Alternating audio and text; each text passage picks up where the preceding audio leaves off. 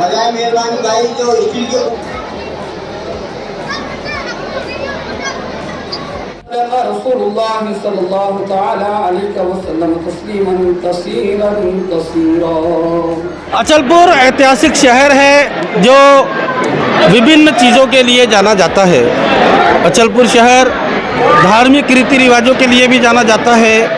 अचलपुर शहर राजनीतिक, सांस्कृतिक, क्रीड़ा और कई चीज़ों के लिए जाना जाता है। अचलपुर ऐतिहासिक होने के साथ ही यहाँ के कई लोग दुनिया में अपना नाम रोशन कर रहे हैं। ये शहर कदीम शहर माना जाता है। यहाँ पर कई नवाब सूफी संतों ने हुकूमतें की है। यहाँ पर सबसे बड़ी बात यह है कि सामाजिक कार्यों में हमेशा यहाँ के लोग अग्रसर नज़र आते हैं।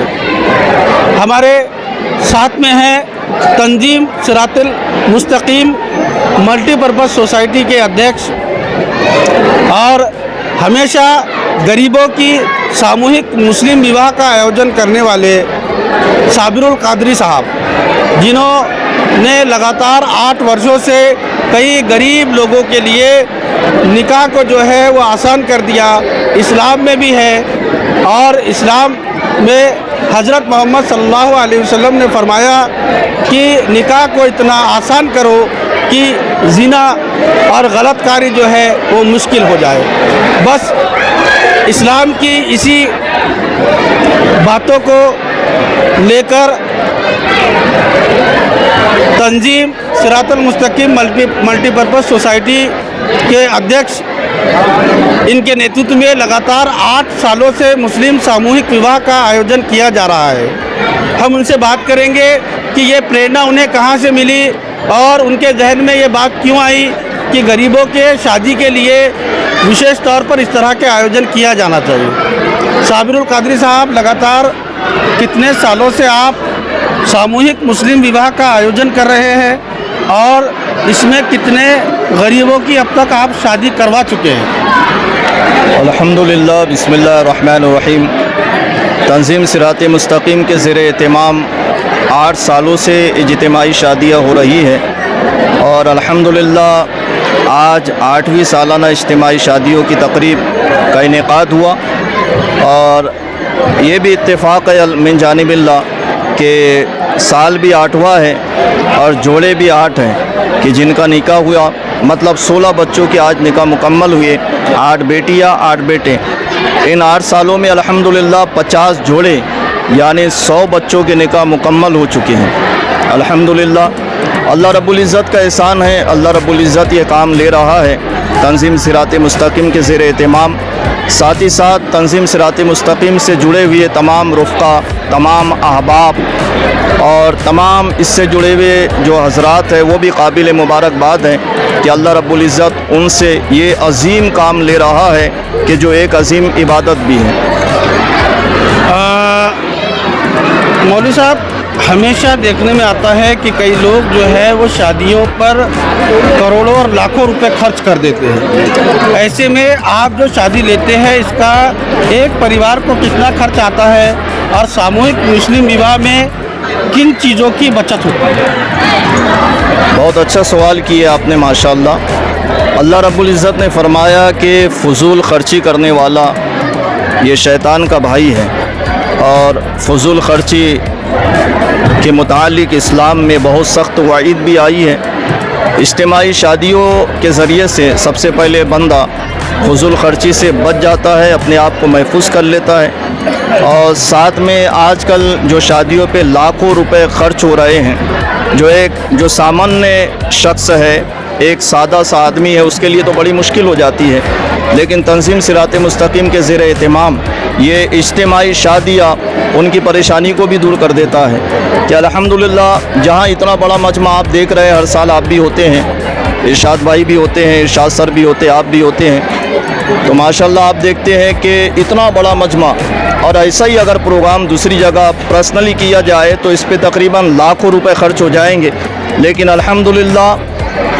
एकदम जायज़ और कम से कम रुपयों में पेमेंट में जो हमारे अहबाब, इसमें उनका एक अहम किरदार होता है, उनके ताउन से ये प्रोग्राम होता है, आसानी के साथ इतना बड़ा प्रोग्राम हो जाता है और हर साल 7, 8, 9 ऐसे जोड़े यहाँ से फारिग होते हैं, रुखसत होते हैं इज्तिमाई शादियों से।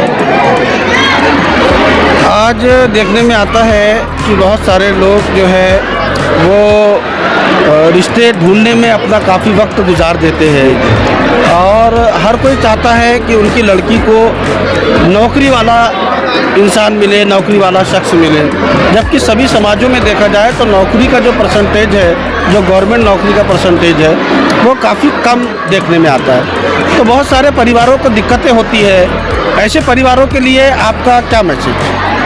अल्लाह के नबी अलैहिस्सलाम ने इरशाद फरमाया कि जब अपने बच्ची का निकाह करो तो जो बच्चे को तलाश करो उसमें दीनदारी देखी जाए, उसमें अमानतदारी देखी जाए, उसके अंदर परहेज़गारी देखी जाए, उसके अंदर नेकी देखी जाए। अगर वो परहेज़गार है, नेक है, पाबंद शरा है, तो अगर बज़ाहिर उसके पास माल कम है, अगर वो घर का गरीब भी है, तो उसको यकीनन अपनी बच्ची अल्हम्दुलिल्लाह दे देना चाहिए, उसके साथ निकाह कर देना चाहिए। इसी तरीके से जो इसकी बच्ची है और जो लड़का देना चाहते हैं, वो लड़के के अंदर दीनदारी, परहेज़गारी और नेकी देखें। ऐसे ही अगर लड़के वाले हैं तो वो जब लड़की देखने के लिए जाए तो ये ना देखे कि भाई लड़की वाले बहुत बड़े मालदार हो, प्रॉपर्टी वाले हो, ना, बल्कि लड़की के अंदर सैयदा कायनात फ़ातिमातुज़ ज़ोहरा की तालीमात देखें। जो बच्ची के अंदर सैयदा कायनात फ़ातिमातुज़ ज़ोहरा सलामुल्लाह अलैहा की तालीमात पाई जाए, उस बेटी को अपने घर की बहू और बेटी बना ली जाए। इसी तरीके से यहाँ पे एक जुमला मैं अर्ज़ करना चाहूँगा कि लड़का अगर देखना है तो उसके अंदर मौलाए कायनात का नक्शे कदम पर चलना देखा जाए, और बेटी अगर देखना हो तो सैयदा कायनात फ़ातिमातुज़ ज़ोहरा की तालीमात को उसके अंदर देखा जाए। तो यकीनन जब ये जोड़ा मिलेगा तो एक तरफ मौला अली शेर खुदा का पैरोकार होगा, दूसरी तरफ सैयदा कायनात फ़ातिमातुज़ ज़ोहरा की तालीमात पर अमल करने वाली होगी, तो यकीनन गोद में आने वाला बेटा भी इमाम हुसैन अलैहिस्सलाम के नक्शे कदम पर चलने वाला होगा, यकीनन परहेज़गार होगा, नेक होगा, और इसी से दुनिया भी संवरती है और इसी से आखिरत भी संवरती है। देखने में आता है कि बहुत कम लोग हैं जो सामूहिक मुस्लिम विवाह का आयोजन करते हैं। आपके जहन में कैसा आया कि आपको ये मुहिम को आगे चलाना चाहिए, गरीबों के लिए एक अच्छा स्टेज देना चाहिए ताकि वो अपने कम खर्चे में अपना निकाह और शादी कर सके? आपको ये प्रेरणा कहाँ से मिली? आप दीनी काम में तो हमेशा आगे रहते हैं, सामाजिक कामों में भी आप आगे रहते हैं, तो ये प्रेरणा आपको कहाँ से मिली?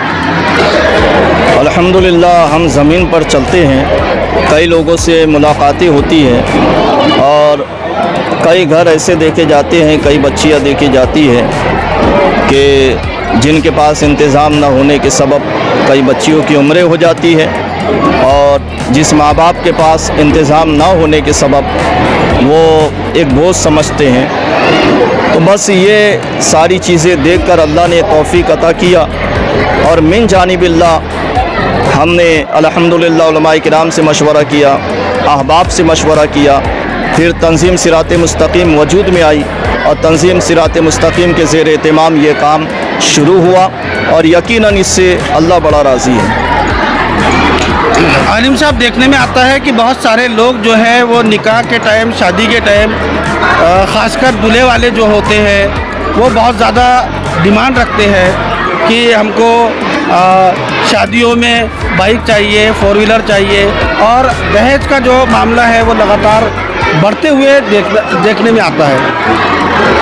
दहेज की क्या प्रथा है और दहेज को लेकर आप क्या सोचते हैं, और उन परिवारों को जो दहेज को लेकर ही रिश्ते तय करते हैं, ऐसे परिवारों के लिए आपका क्या मैसेज है? अल्लाह के नबी अलैहिस्सलाम की जो सीरत है और सरकार की जो तालीमात हैं हमारे लिए नमूना है। और अल्लाह ने कुरान में फरमाया लक़द काना लकुम फ़ी रसूलिल्लाहि उस्वतुन हसना कि नबी आखिर ज़मा की जो ज़ात है तुम्हारे लिए बेहतरीन नमूना है। तुम अपनी ज़िंदगी का जो भी गोशा गुजारना चाहते हो वो अल्लाह के नबी अलैहिस्सलाम को देखकर गुजारो।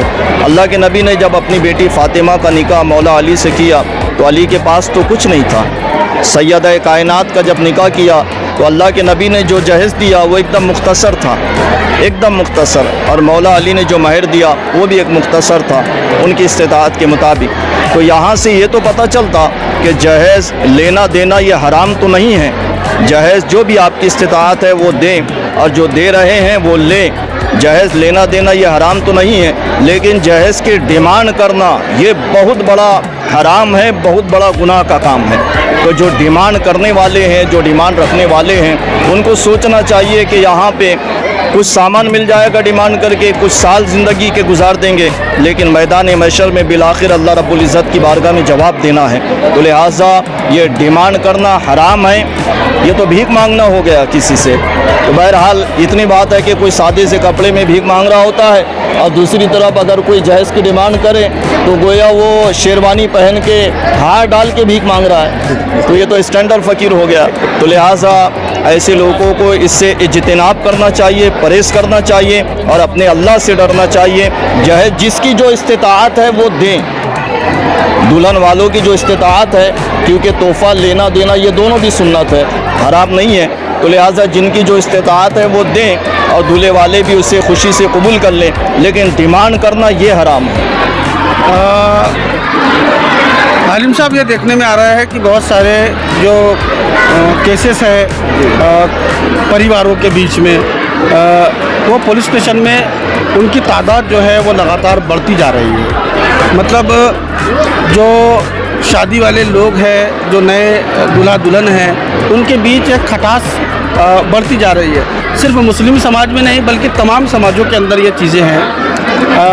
महिला मंडल जो पुलिस स्टेशन में एक ऑफिस होता है जो कोशिश करता है कि दोनों परिवार को और दोनों लोगों को मिलाकर उनको उनके परिवार में भेजा जाए जो एक साथ में रहे। तो ये चीज़ें जो है वो लगातार बढ़ती जा रही है समाज में, सिर्फ मुस्लिम समाज में नहीं बल्कि सभी समाजों के अंदर ये चीज़ें हो रही है। क्या आपको लगता है कि ये किन वजहों से ये चीज़ें सामने आ रही है और लड़की वालों ने ख़ास करके किस तरह से रहना चाहिए लड़कों वालों के साथ और लड़के वालों ने किस तरह से रहना चाहिए लड़की वालों के दुल्हन वालों के साथ?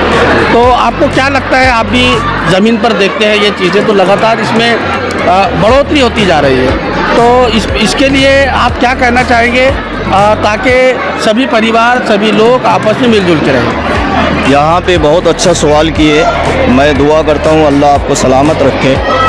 यहाँ पे एक चीज़ है, मियाँ बीवी का जो रिश्ता है वो बड़ा मीठा रिश्ता है और अल्लाह के नबी अलैहिस्सलाम ने फरमाया जन्नती जोड़ा है मियाँ बीवी का, दुनिया में भी साथ रहेंगे और जन्नत में भी साथ रहेंगे।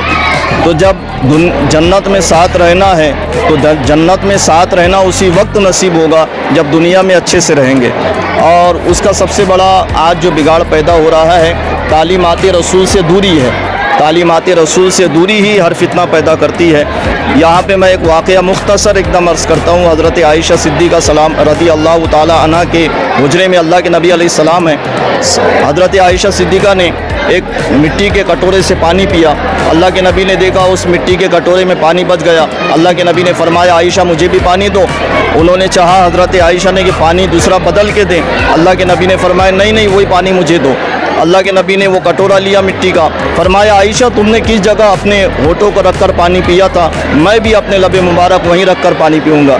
अल्लाह के नबी ने उसी जगह लबे मुबारक रखकर पानी पिया। अब यहाँ देखिए आप कितना मीठा हमें सबक मिल रहा है। अगर ऐसा रिश्ता मियाँ बीवी का हर घर में बन जाए तो यकीनन हर घर जन्नत हो जाएगा। अब रहा दोनों ख़ानदान का मामला, तो जब अगर दूल्हे के अम्मी और अब्बा या बहन भाई अब वो बहू ला रहे हैं घर में, तो मैं यहाँ पे अर्ज़ करता हूँ, रिक्वेस्ट करता हूँ उसे बेटी समझ के लाए, उसे बेटी समझ के लाए। दूल्हे की जो अम्मी है, दूल्हे के अब्बा है, वो जो बहू ला रहे हैं उसको बेटी समझ के लाए। आप अगर उसको बेटी समझ लिए तो यकीनन उसको कोई तकलीफ़ ही नहीं देंगे।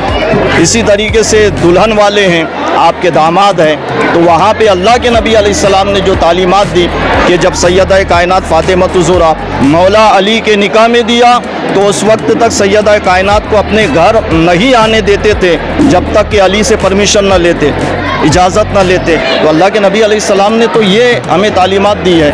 आप हज़रात भी इस तालीमात पर अमल करें, एक दूसरे से मोहब्बत करें, एक दूसरे का अदब करें, एक दूसरे की ताज़ीम करें। यकीनन इंशाअल्लाह हर घर जन्नत होगा और ख़ानदान के जो जितने भी घर हैं इंशाअल्लाह हर घर जन्नत की तरह खुशबू से महकेगा। तो हमको आलिम साहब साबिरुल कादरी साहब ने विस्तार से जानकारी दी और बताया कि वो लगातार 8 सालों से मुस्लिम सामूहिक विवाह का आयोजन कर रहे हैं। इस साल करीब 8 जोड़ों का निकाह जो है, 8 जोड़ों की शादियां जो है वो की गई है।